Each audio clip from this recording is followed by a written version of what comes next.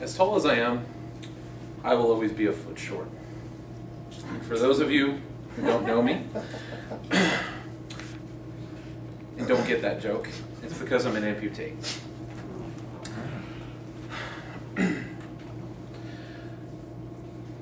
I had my left leg removed below the knee in January of 2010. And according to the government, it's going to grow back. After the surgery, I applied for disability. I filled out all the paperwork, went to see all the doctors, and 6 months later, I got a letter saying, well, you are currently disabled. The condition or conditions, by our estimate, will not last more than 12 months. So you are not disabled, according to our definition.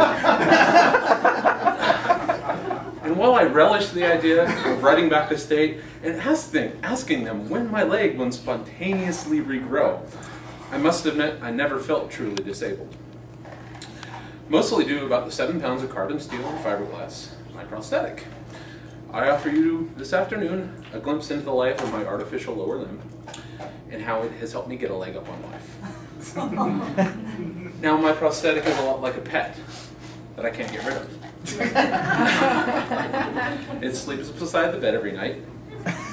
Occasionally I bring it to bed with me, and I wake up in the most ungodly and uncomfortable positions, and then I have to throw it out of bed. I have to clean it, I have to walk it, and thank God it doesn't eat much. I get up every day and put on my leg, one leg at a time, just like everybody else, right? It takes a little time to break it in. When I get up, I have this little get-up dance that I do. I kind of hop on this leg, hop back, and hop this way, until it clicks in. Yes, I do have 2 left feet, this prosthetic and the one I have at home. This gets everything fit in, the locking pin into the receptacle, so I can walk around without my leg flying off and kicking somebody in the head. Now, I typically do a final adjustment before I leave for the day.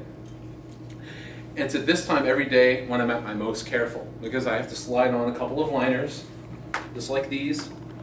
I go over the locking pin. Now, if I'm not careful, the liner would get caught on the pin, and I'll end up in the ER explaining to the doctor why he has to cut me out of my own leg. After that, I'm ready to get up and put my best foot forward, no matter what I'm doing. I affectionately refer to my leg as my stealth leg, because surprisingly, not many people seem to notice it. I attribute this to the fact that they got me up and running with it so quickly.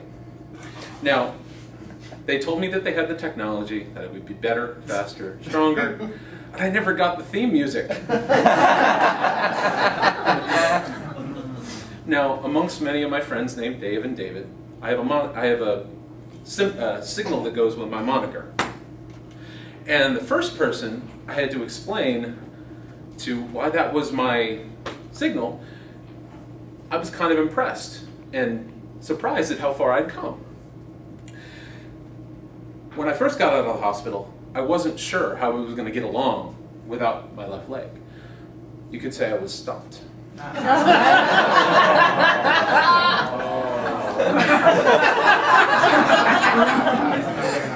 I knew I had to find a solution before I went back to work, or else I wouldn't have a leg to stand on.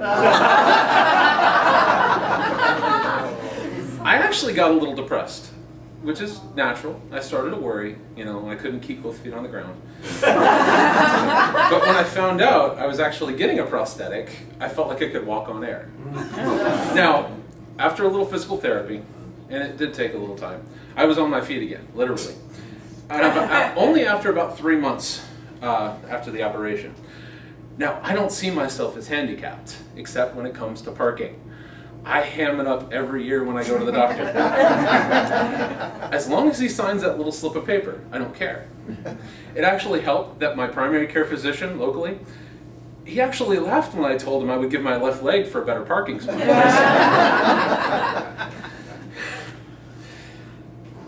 Now, a friend of mine from Toastmasters actually told me he was impressed with how comfortable I was with myself.